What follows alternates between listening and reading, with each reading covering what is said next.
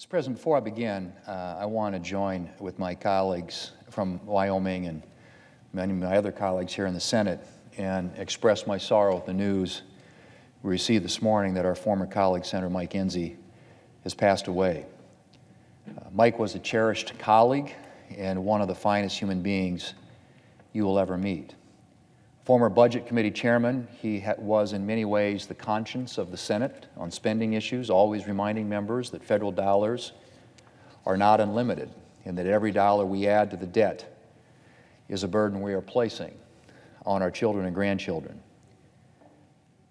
Mr. President, one of my favorite memories of Mike happened a few years ago, and he was a neighbor next door in the state of Wyoming and someone, as I said, for whom I had tremendous respect, but always a gentleman, and he had something that I think in politics is really rare, and that is he would deal with big policy issues here in Washington, D.C., but he always retained his common touch. He had a terrific way of connecting with people on a very personal level, and I remember I was experiencing from overrunning, heel pain, which turns out was plantar fasciitis, and I happened to mention it to Mike, who at one time was a shoe salesman and a shoe store owner. Well, it wasn't more than a day later or so, he comes up to me and he has a solution. He has some heel inserts for my shoes, which turned out to be just exactly one of the solutions that I needed to deal with that. But that was the very typical of Senator Enzi, Mr. President. He was thoughtful, he was practical, incredibly hardworking, and very, very smart, and very, very principled.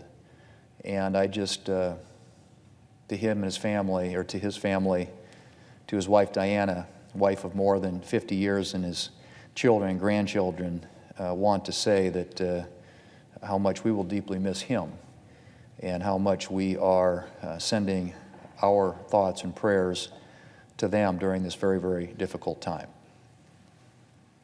Mr. President, on a different topic, last week the Department of Education officially backed away from prioritizing radical and divisive propaganda in applications for a federal program for civics and American history education.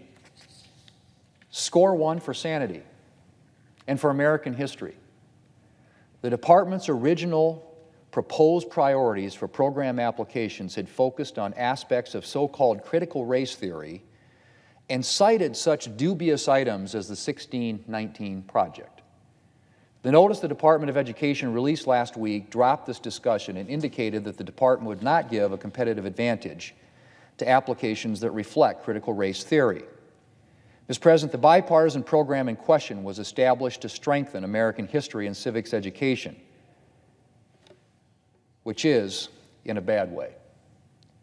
Just 15% of 8th graders demonstrate proficiency in American history according to the most recent National Assessment of Educational Progress results. A 2019 survey found that just 4 in 10 American adults were capable of passing a U.S. citizenship test. And yet the Biden administration was apparently ready to compound this problem by pushing ideas rooted in critical race theory, a radical leftist ideology. As it's currently being pushed, critical race theory advances the idea that America is not merely flawed, but inherently and systematically evil, and that fixing this problem requires tearing down our institutions. Mr. President, I don't need to tell anyone that the United States has an imperfect history. And any genuine approach to American history has to examine those times where we failed to live up to our ideals, as well as those times when we've succeeded. But while there are sins in our past that we cannot ignore, like the great sins, slavery and segregation, there's also greatness. Our founders did something that was pretty much unprecedented in the history of the world. They sat down and built a country based not on who conquered whom, but on a set of principles, on a shared belief in liberty and in unalienable human rights. And while we haven't always lived up to those beliefs, we've never stopped trying. And we continue to hold out the promise of liberty not only to our country, but to the whole world. And there's a reason that individuals around the globe have fled to these shores for the promise of freedom and have found in the United States the refuge they were searching for. Mr. President, critical race theory distorts the reality of American history. It sees our failures, but none of our successes. More than that, it actively misrepresents our history. The 1619 Project, for example, advances the totally fabricated claim that a primary motivation for the American Revolution was a desire to preserve slavery. That couldn't be further from the truth. It's no surprise that leading historians have criticized the 1619 Project for its historical distortions and factual inaccuracies.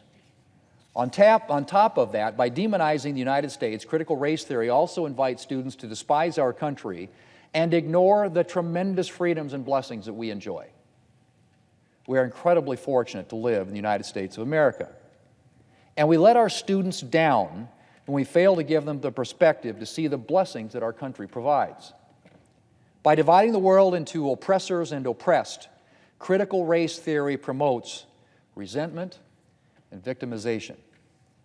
It encourages individuals to look at the world through the lens, and one lens, I should say, and one lens only, and tends to reduce individuals to little more than their racial background. Mr. President, I'm glad that the Department of Education chose not to give preference to applicants with a focus on the radical ideas of critical race theory. This was good news for America's students, who deserve a balanced accounting of our nation's history, which critical race theory does not provide. Mr. President, I ask unanimous consent that I be able to complete my remarks before the vote starts. Without objection. But, Mr. President, there's still a lot of reason to be concerned. The Department's reversal was cloaked in bureaucratic language, leaving room for a future flip-flop by the administration. And too many schools around the country are already considering or adopting outlandish proposals informed by critical race theory, from a math course that suggests that focusing on the right answer in math is grounded in racism, to materials implying that the nuclear family is somehow inherently racist. This is a grave disservice to students of all races. And we need to make sure that federal education dollars are going to genuine history and civics education and not radical propaganda. We owe American students better than historically inaccurate history lessons. Mr. President, I yield the floor.